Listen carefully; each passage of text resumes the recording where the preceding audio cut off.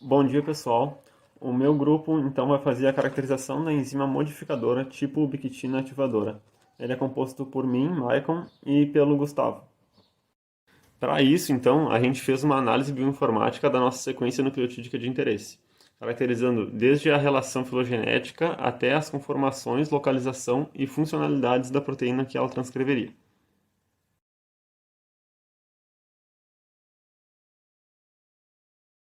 Assim, para alcançar os objetivos elencados pelo Maicon, foram utilizadas ferramentas como o BLAST Nucleotide, no caso, para comparação da nossa sequência FASTA fornecida ao grupo com o banco de dados através de um alinhamento e assim entender qual é a nossa sequência, o BLAST Genome para localização desta no genoma, um BLAST Protein para comparação desta com outras sequências no banco de dados e assim ver graus de similaridade e compreender mais sobre a nossa proteína, um Cluster Ômega para fazer um alinhamento múltiplo, o Expazy, no qual foi utilizado o Expazy Blast para a compreensão dos domínios funcionais, o Translate para traduzir a sequência de nucleotídeos a aminoácidos, o Uniprot, no qual você conseguiria analisar funções e mais características sobre a proteína, e o DCOF também, para um alinhamento múltiplo, no qual você conseguiria ver regiões com maior confiabilidade e regiões com maior variabilidade, assim entendendo a conservação ou não da característica da proteína, muito importante para a sua função também. Além das ferramentas anteriormente citadas, também foi utilizado o MegaX para a construção de uma árvore filogenética e compreensão das relações evolutivas da sequência, o String para a formação de uma rede biológica, o CytoEscape de maneira a aprofundar essa rede biológica formada e entender a formação de clusters, e o AlphaFold, que é uma ferramenta que modela uma sequência a uma proteína baseada em inteligência artificial. Primeiramente, então, a gente fez a identificação da sequência, né, e usou o Nucleotide Blast para isso, para ver quais delas tinham a maior similaridade. A gente avaliou três valores, né, que são o Query Cover, que daria a porcentagem de alinhamentos, né, em cada sequência que está no banco de dados, o E-Value, que daria a probabilidade de uma correspondência ser explicada ao acaso, e o Peer Ident, que seria a identidade, né, que seria uma igualdade real entre cada nucleotídeo da sequência. E aqui embaixo a gente mostra o que foi selecionado, com 100% de identidade. Em seguida, a gente usou essa sequência para fazer um blast genome, e a gente usou ela contra o genoma humano, e não achou uma identidade muito grande.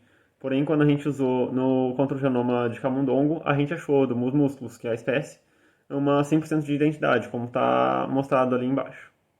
A sequência encontrada no BLAST possibilitou-nos usar o Graphical Sequence Viewer para visualizar nesta, em roxo, as variantes de mRNA, em vermelho, as proteínas as quais elas podem codificar em diferentes estágios de maturação, bem como intros e exons. Após o BLAST também, é possível visualizar dentro do genoma Data Viewer onde essa sequência vai estar localizada em um cromossomo.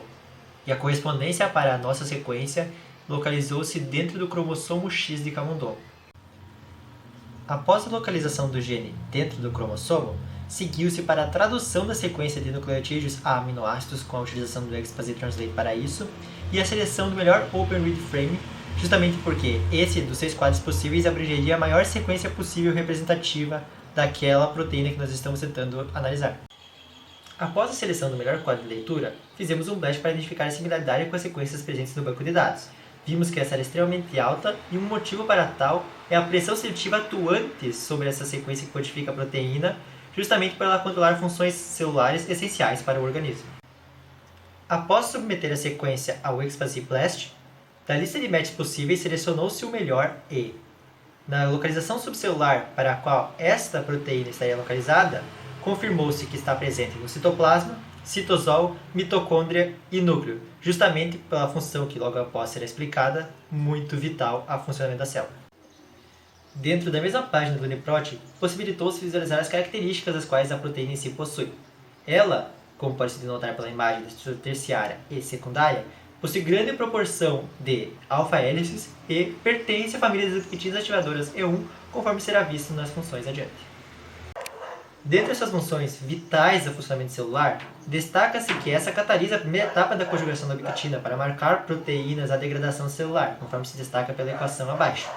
Também denota-se que ela possui um papel importante na resposta da atuação celular a estímulos de dano ao DNA, ou seja, ela tem papel de modificação de proteínas E ubiquitinação, ela está sempre então atuando na primeira etapa para ativar esta cadeia. Depois disso, então, a gente pegou as sequências peripeptídicas do Express Translate, que o Gustavo, inclusive, mencionou mais cedo, e fez um Blast Protein com essa sequência. Nela a gente botou algumas configurações como RefSeq, SciBlast, e a gente usou dois grupos, um interno e um externo. Um interno com 9 sequências de alto grau de similaridade, e a busca que foi feita foi com 100 sequências. E para o grupo externo a gente fez uma busca com 5.000 sequências para justamente poder achar uma com identidade relativamente baixa. Elas duas estão mostradas aqui abaixo. O resultado foi essa árvore filogenética, que foi feita depois de um elemento múltiplo, né, com o cluster ômega, que incluiu o grupo interno e externo. E nela a gente foi submetido também ao Omega X, né, que foi feito um Neighbor Joining Tree, né, que foi montado com um bootstrap de 1.000 testes no caso. E o grupo externo está grifado como mostra na imagem. Assim, após a construção da árvore filogenética, a pesquisa com a proteína OBA1 foi levada para o site String, no qual permitiu-se a construção de uma rede biológica, para o intuito de entender as relações dessa proteína com proteínas com funções semelhantes. Este arquivo gerado com 101 nós foi então levado para outra ferramenta, o Cytoscape, no qual permitiu-se analisar nós irmãos, que na imagem estão em amarelo, e a relação desses com a proteína UBA1, em vermelho, demonstrando a interconectividade e a forte relação desta proteína com outras proteínas. Além disso, através do plugin MCode, permitiu-se a construção de clusters, de forma a entender em qual desses a proteína UBA1 estava e qual a relação desta com as outras proteínas. Denotou-se então que ela estava no de maior score, 25.051, o que importa muito, pois a proteína é uma proteína ubiquitina e a sua função enzimática está relacionada a diferentes proteínas dentro da célula. Assim sendo, a sua função foi condizente com os achados e demonstrou forte conectividade desta proteína com outras. Após, então, de maneira complementar aos achados do Cytoscape, foi realizada uma busca no banco de dados KEGG Pathways, que é disponibilizada pela mesma ferramenta, de maneira a compreender onde e de que forma a proteína UBA1 está inserida em rotas metabólicas. De forma que os achados demonstraram que ela está presente em rotas de neurodegeneração e na rota de Parkinson, demonstram que sua função é onipresente e muito importante para o funcionamento correto da célula, visto que neurodegeneração está envolvida com envelhecimento, que é uma característica que está presente em todas as células. Então, depois disso, a gente finalmente obteve a modelagem da UBA1, né, que está disponibilizada no AlphaFold Protein Database, né, e a imagem está aí do lado. No modelo, essas colorações das estruturas apontam a confiança por resíduo da estrutura.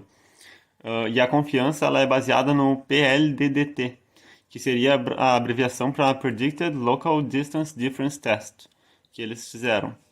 Então ela gera uma pontuação de 0 a 100, de acordo com a confiabilidade da predição. E acima de 70, a confiabilidade é considerada alta e recebe a coloração azul, como está na maioria aí da estrutura, né? De 50 a 70, a confiabilidade é considerada baixa e a coloração é dada em amarelo, como ficou numa alça pequena que tem aqui no lado esquerdo da imagem. E abaixo de 50 a confiança é muito baixa e fica em laranja, como ficou na grande alça que é mostrada aí à direita.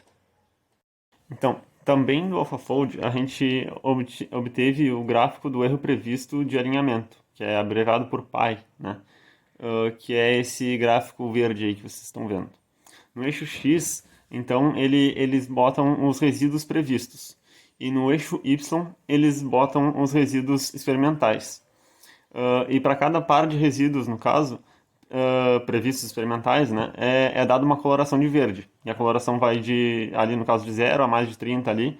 E essa coloração ela é proporcional à confiança. Então, quanto mais verde, maior confiança que a gente tem. E é importante notar, né, que a diagonal principal, que é bem marcada com verde escuro, ela marca um erro ínfimo, né? E isso é devido à eficiência entre descrever sem distância, no caso em angstroms, né? Entre o modelo previsto e o experimental em cada resíduo. E ainda assim, né, a gente fez a seleção, né, dos resíduos iniciais, ali no primeiro quadrantezinho ali de cima esquerdo, que ele explicita, né, a baixa confiança em relação a ambos os modelos, tanto no eixo X, que no caso seria essa faixa superior aí branca. Então, quando a gente compara a distância entre ele e os modelos previstos, não tem uma certeza, né? Assim como no eixo Y. Então isso acontece, né, porque por se tratar, né, da alça, justamente que ela pode variar muito. Então a gente fez a seleção desses resíduos iniciais, eles botam tanto em relação ao eixo Y quanto X. E outra coisa importante também são esses quadrados que a gente consegue ver, eles representariam uma região de maior estabilidade na proteína. Então, alguns resíduos, por exemplo, do 100 ao 200, ele acaba dando um quadrado desses escuro, que seria um quadrado numa região em que o aglomerado ele é mais denso, então tem uma maior certeza, tanto na predição com AlphaFold, quanto nos dados experimentais, né, cristalografia, por exemplo. Outra coisa importante de lembrar é que aqui na altura do 800 ali, no eixo X, a gente vê uma faixa um pouco uma linha, né, um pouco mais clara. Essa linha provavelmente, né, seria em relação aos aminoácidos que estavam com uma maior incerteza na imagem anterior que eu mostrei. Então eles têm uma maior incerteza, mas é somente no AlphaFold. E a gente pode ver que nos eixos Y isso não se concretiza. Então a gente vê que é uma limitação do AlphaFold em predizer aquela parte ali da estrutura especificamente. Ainda, de forma mais prática para entender melhor o mecanismo de ação do UBA1, foi realizado um docking na ferramenta DocThor que, através de sua predição ligante-proteína, confirmou algo que já se sabia da literatura de que a ATP interage com o UBA1, de forma que, quando adicionada na ferramenta a proteína e o ligante UBA1, esse deu como resultado a imagem abaixo referida e confirma a importância de estudar melhor relações entre enzimas e substratos para a produção de novos fármacos. Então, como conclusões, a gente tem que o gene da nossa sequência, né, sobre a sequência que a gente está investigando, se referia ao UBA1, né, e do organismo dos músculos. A localização genômica dele seria no cromossomo X desse animal, né, e o polipeptídeo dele teria poucas regiões de alta pressão seletiva, e a estrutura terciária, né, daria justamente da UBA1 mouse, né, ela seria descrita com alta confiabilidade, como a gente viu ali agora, e exceto das alças, né, como já é esperado mesmo que as alças ficam bem soltas, né. A localização subcelular dele é no citoplasma, no citosol, núcleo e nas mitocôndrias, né, a questão da ubiquitinação, né. E na rede biológica ela está associada justamente a várias proteínas ubiquitinas, como esperado, né. E ela, na filogenia dela ela tem um clado pequeno, né. Além disso ainda, né, como o Gustavo mostrou ali, ela interage, né, com magnésio e com ATP para ter atividade enzimática, né? E por fim, a gente pode ter três grandes conclusões sobre a sequência, né? Que a enzima que ela representa foi bem preservada evolutivamente, e isso é devido à pressão seletiva, né, vista nas sequências, né? O que inclusive corrobora com a função associada à ubiquitina, né? E outra é que a enzima possui um clado relativamente pequeno, como observado no cladograma construído, e isso fica explicitado também pela necessidade de a gente reduzir o grupo interno, né? Que a gente teve que usar, no caso, foi reduzindo ele para 9. E isso tudo também entra em sintonia com o contexto da rota do Alzheimer, na qual a UBA1 participa, né? Justificando o motivo de ser uma doença tão complexa, a questão do Alzheimer, das doenças neurodegenerativas, como o Gustavo tinha explicado ali, no contexto em que as ubiquitinas têm vários alvos. E essas são as nossas referências. O primeiro é relativo ao livro do professor Hugo, que a gente usou para se basear em todo o trabalho, e o restante é relativo aos softwares.